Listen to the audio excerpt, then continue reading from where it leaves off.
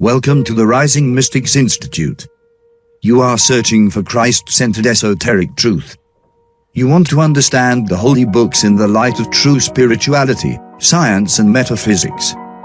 Each Monday evening at 6 p.m. Pacific Standard Time USA, using the Zoom platform, John Lewis conducts the Rising Mystics Masterclass.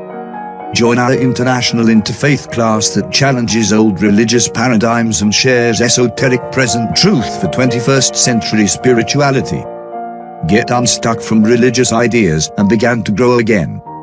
Check out our website, www.risingmystics.com. Here's an excerpt from one of our classes.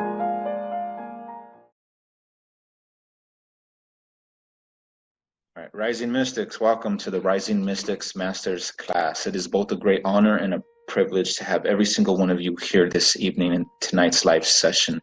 To those who are signed up but are not able to make tonight's live session, we pray the blessings of Yahweh upon your life before you even click on that link.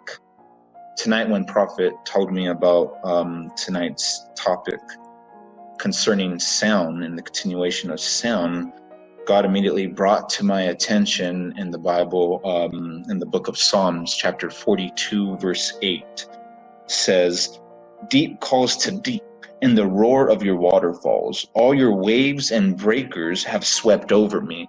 This whole verse deals in sound. We can break it apart and realize that in the very first part where it says deep calls to deep.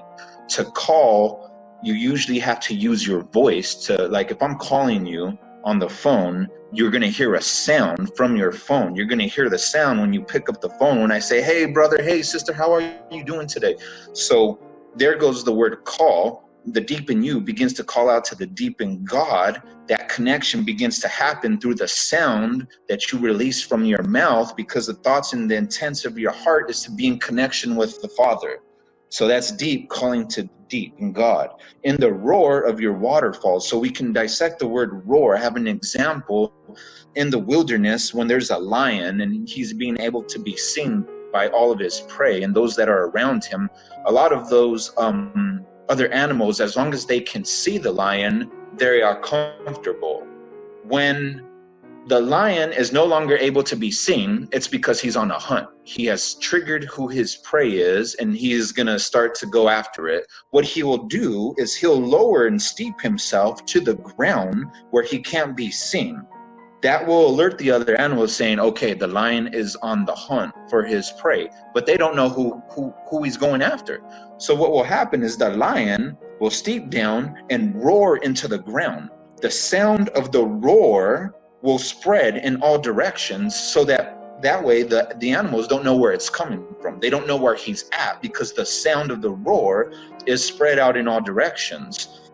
So there just goes another example of how God is using sound as a way to draw close to him. All your waves and breakers, and okay, so in the roar of your waterfalls. And have you ever been or seen a waterfall or looked it up on YouTube, how a waterfall sounds when it's crashing to the bottom? I have. I've actually been to Mexico to a place called La Bufadora. In La Bufadora, I was with my mom, and the waterfall, when it falls, it sounds like a roar. When it's hitting the bottom, it sounds like a roar. So now he's using water as a way of how that sounds when it hits the bottom. It makes a roaring sound. So there just goes more an example of him using sound as a way to show, hey, you can get a hold of me through sound as well. All your waves and breakers have swept over me. So all your waves, we have an understanding that sound is produced, and it produces as a wave. So when you begin to speak into water, you will see a ripple effect that looks like a wave. There just goes another example of how God is using sound as a way to get a hold of him, to grow deeper in relationship with him. It's all about your heart's intent.